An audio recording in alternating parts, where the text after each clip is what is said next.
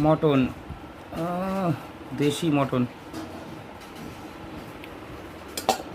আলু একটা, দুটো,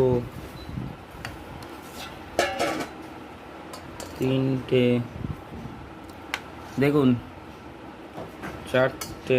দেশি মটন, দীপঙ্করদার দোকানের মটন আমি বানিয়েছি। একটু পাতলা ঝোল, দেখুন মটন একটু পাতলা ঝোল ভালো লাগে। 2 পিস, এটা রাত্রের জন্য রেখে দিচ্ছি। এই দেখুন সেই সেই জিনিস।